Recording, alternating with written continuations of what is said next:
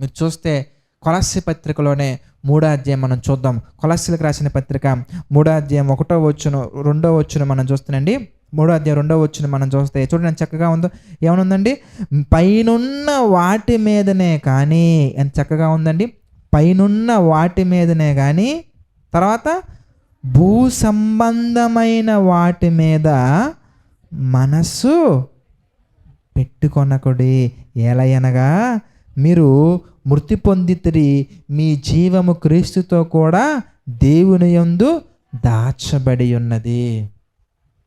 పైనున్న వాటి మీదనే కానీ భూ సంబంధమైన వాటి మీద మీరు మనసు పెట్టకూడదు. అదేంటి బ్రదర్, కారు కొరకు ప్రార్థన చేయటం కరెక్ట్ కాదా బ్రదర్ అంటే, ఏవండి కారు కొరకు ప్రార్థన చెయ్యాలా లేదా అనే క్వశ్చనే కరెక్ట్ కాదండి. ఎందుకంటే యేసు ప్రభువు వారు ఈ భూమి మీదకి వచ్చి నీ కొరకు నా కొరకు ప్రాణాన్నే త్యాగం చేసింది ఒక కియా కంపెనీ కారు కోసం కాదు, ఒక మారుతి సుజుకి కారు కోసం కాదు, లేదంటే ఒక టీవీఎస్ బండి కోసం కాదు, హీరో హోండా బళ్ళు కోసం కాదండి.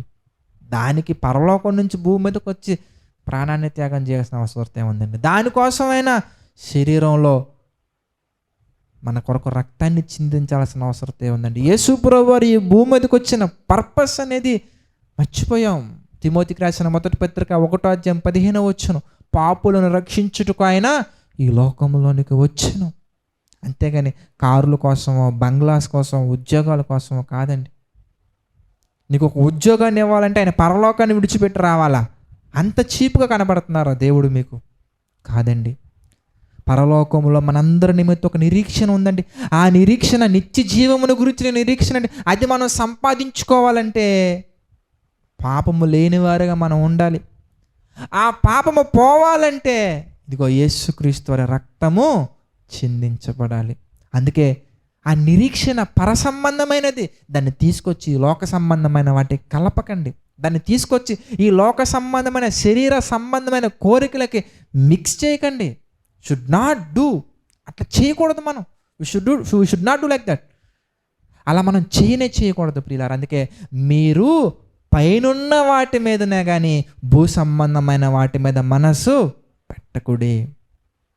చూడండి, ప్రతి చిన్నదానికి విశ్వాసం కలిగి ఉండండి బ్రదర్. ప్రతి చిన్నదానికి నిరీక్షణ కలిగి ఉండండి బ్రదర్. ఈ పదాలు అనేవి ప్రతి చిన్నదానికి వాడొచ్చు, కానీ ఆ చిన్నది పర సంబంధమైనదై ఉండాలే తప్ప భూ సంబంధమైనదై ఉండకూడదు. లోక సంబంధమైనవి అస్సలు ఉండకూడదండి. ప్రతి ఒక్కటి పరలోకానికి కనెక్ట్ అవ్వాలి. నీ చదువు, నీ ఉద్యోగము, నీ కారు, నీ లైఫ్, నువ్వే పరలోకానికి కనెక్ట్ అయ్యే విధంగా బ్రతకాలి. అప్పుడు నీకు ఇవ్వబడిన తలాంతులు కూడా, నీకు ఇవ్వబడిన ధనము కూడా, నీకు ఇవ్వబడినటువంటి రిసోర్సెస్ కూడా, నీకు ఇవ్వబడిన ఉద్యోగము కూడా, నీకు ఇవ్వబడిన ప్రతి ఒక్కటి కూడా పరసంబంధమైన వాటి కొరకే ఉపయోగించాలి. పరసంబంధమైన వాటిని మన జీవితంలో అనగా నీతికి సంబంధమైన ఆయుధాలుగా ఈ దేహాన్ని వినియోగపరిచే విధంగా ప్రతి ఒక్క దాన్ని నువ్వు మలచాలి. మరొక మాటలో చెప్పాలంటే నువ్వు రూపాంతరము పొందాలి. రామపత్రిక 12వ అధ్యాయం 1-2 వచనాల్లో చెప్పబడిన రీతిగా నువ్వు రూపాంతరము పొందాలి. అలా రూపాంతరము పొందితేనే, లేదంటే ఆ నిరీక్షణకు అర్థం లేదండి. ఆ నిరీక్షణకు ఆలోచన లేదండి. ఆ నిరీక్షణకు విలువే లేదు ప్రియులారా. ఆ నిరీక్షణకు విలువే లేదండి. మీరు బాగా ఆలోచించినట్లయితే పర సంబంధమైనదై ఉండాలి. మీకు ఒక మాట చూపించి ఈ సెషన్ని క్లోజ్ చేసేస్తానండి. ఒకవేళ ఆ నిరీక్షణ కనుక పర సంబంధమైనదే కాకుండా ఈ లోక సంబంధమైనదై ఉంటే, అనగా ఈ జీవిత కాలము మట్టుకై ఉంటే కనుక దేవుడు మాట్లాడుతున్న మాట మీరు చూస్తే నిజంగా ఆశ్చర్యపోతారండి. కొరింథీయులకు రాసిన మొదటి పత్రిక 15వ అధ్యాయము, కొరింథీయులకు రాసినటువంటి మొదటి పత్రిక 15వ అధ్యాయము 19వ వచనం మనం చూద్దామండి. కొరింథీయులకు రాసిన మొదటి పత్రిక 15వ అధ్యాయము 19వ వచనం మనం చూస్తే, ఈ జీవిత కాలము మట్టుకే మనము క్రీస్తునందు నిరీక్షించు వారమైన ఎడల మనుషులందరికంటే దౌర్భాగ్యులమై ఉందుము. ఆలోచించండి, మన జీవితం అనేది ఒకప్పుడు ఒకలా ఉందేమో, ఇప్పుడు అలా ఉండకూడదండి. ఇప్పుడు మార్పు చెందాలి. ఎలా మారిపోవాలి అంటే నీ నడక పరలోకానికి వెళ్ళే విధంగా ఉండాలి. నీ ప్రవర్తన పరలోకానికి వెళ్ళే విధంగా ఉండాలి. నీ మాటలు పరలోకానికి చేర్చే విధంగా ఉన్నాయి లేదా, నీ ఉద్దేశాలు పరలోకానికి మార్చే విధంగా ఉన్నాయి. ఏమండి, అలా ఉంటే అందరూ అదోలా చూస్తున్నారండి.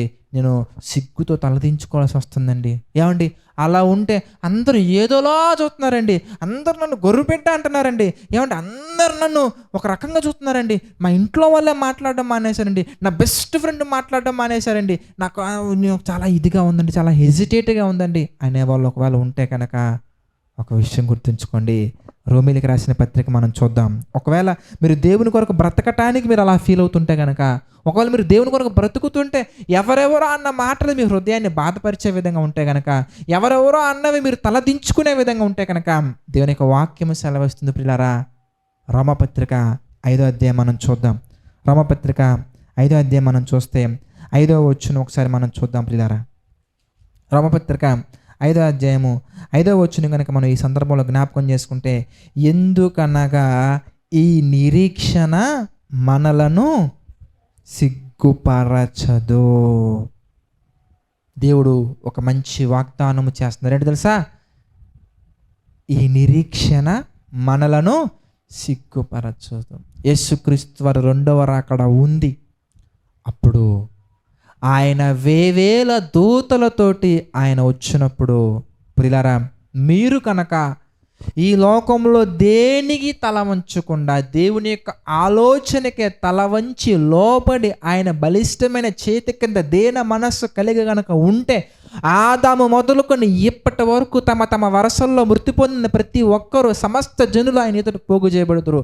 వాళ్ళందరి మధ్యలో కనుక నిన్ను ఒకవేళ మంచిగా బ్రతికితే, నన్ను ఒకవేళ మంచిగా బ్రతికితే, బలా నమ్మకమైన మంచి దాసుడా అన్నప్పుడు ఆ నిరీక్షణ మనల్ని సిగ్గుపరిచేదిగా ఉందా? సమస్త జనుల ఎదుట మన తల ఎత్తేదిలా ఉందా? ఒకసారి ఆలోచించండి. దేవుడు చెప్పబడిన మాటల్లో ఎప్పటి వరకు ఫెయిల్ అయిన మాట లేనే లేదండి. మొదట్లో ఒప్పుకోకుండా తర్వాత అంగీకరించినటువంటి శాస్త్రీయ ఆధారాలు ఎన్నో కనబడతాయి మనకి. అప్పట్లో భూమి బల్లపరుపుగా ఉందనేవాళ్ళు, కానీ వాక్యము భూమి గోళాకారంగా ఉందని చెబుతూనే ఉంది. అప్పట్లో డార్విన్ థియరీ రైట్ అనుకునేవాళ్ళు, కానీ బైబిల్ డార్విన్ థియరీ రాంగ్ అని చెబుతూనే ఉంది. ఇప్పుడు మళ్ళీ డార్విన్ థియరీ రాంగ్ అంటున్నారు వాళ్ళే. ఏమండి, బైబిల్ మాత్రం ఎక్కడ తల దించలేదు. బైబిల్లో చెప్పబడిన మాట ఎప్పటికొచ్చి ఆకాశమును భూమి గ్రతించునే కానీ దేవుని మాటల్లో సున్నా అయినను పళ్ళైనను మారవు. దేవుని వాక్యం సెలవిస్తుంది, ఈ నిరీక్షణ నిన్ను నన్ను మనల్ని సిగ్గుపరచదు. ఆయన వేవేల దూతల పరివారముతో వచ్చినప్పుడు, సమస్త జనులు ఆయన ఎదుట పోగు చేయబడినప్పుడు, నీ క్యారెక్టర్, నా క్యారెక్టర్, మన క్యారెక్టర్ ఒకవేళ లోకానికి తల వంచకుండా దేవునికి తల వంచి దేవుని చిత్తాన్ని కనుక మన జీవితంలో నెరవేర్చినట్లయితే కనుక ఆయన మాట అన్నారు తెలుసా, బలా నమ్మకమైన మంచి దాసుడా అన్నప్పుడు ప్రతి ఒక్కరి ముందు ఈ లోకములో ఈ తరములో ఉన్నవారైనా ఈ తరములో లేని వారైనా తర్వాతి తరాలలో ఉన్నవారైనా సమస్త జనుల ఎదుట సిగ్గుపడేది ఎవరో తెలుసా? దేవుని వాక్యాన్ని తెలిసి కూడా పాటించని వాళ్ళు, తెలుసుకోలేనటువంటి వారు, అర్థం కానటువంటి వారు, అపహాస్యము చేసిన వారు సిగ్గుపడుతూ ఉండగా మనల్ని భలా మంచి దాసురా అంటే అక్కడ మనకి గౌరవమే దక్కుతుంది కానీ అవమానము కాదు. మనల్ని తలగానే ఉంచుతా అని చెప్పారు కానీ దేవుడు తోకగా ఉంచుతానని ఎప్పుడు చెప్పలేదు. ఇది గుర్తించగలిగితే కనుక మనోనేత్రాలు వెలిగించబడ్డాకే ప్రభువులోకి వచ్చావు.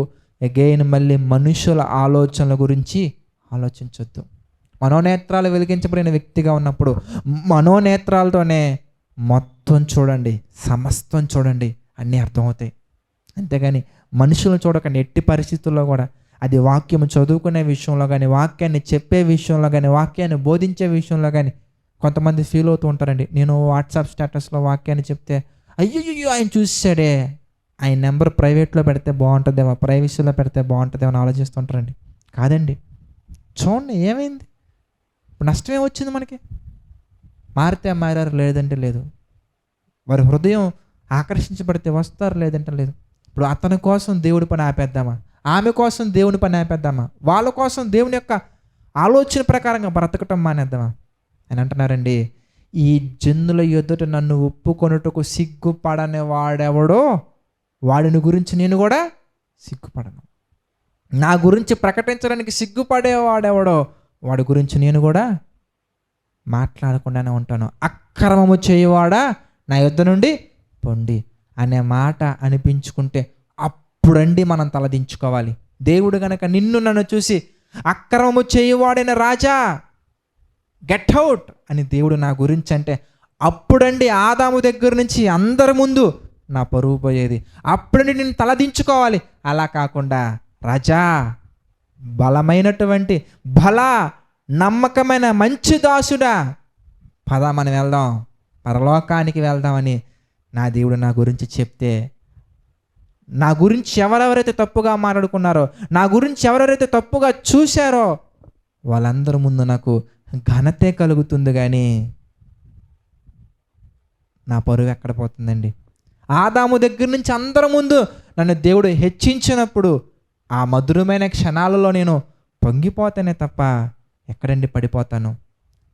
అయితే ఈ లోకంలో ఎంతమంది ఎన్నన్నా, ఎన్ని హింసించిన, ఎన్ని రూమర్స్ పుట్టించిన, ఎన్ని చేసిన, కడ వరకు చివరి వరకు నమ్మకంగా నేను ఉండగలిగినప్పుడు మాత్రమే ఈ మాట నా విషయంలో నెరవేరుతుంది. ఈ మాట మీ విషయంలో నెరవేరుతుంది. ఈ మాట మనందరి విషయంలో నెరవేరుతుంది. కనుక ఈ నిరీక్షణ మనల్ని సిగ్గుపరచనే పరచదు.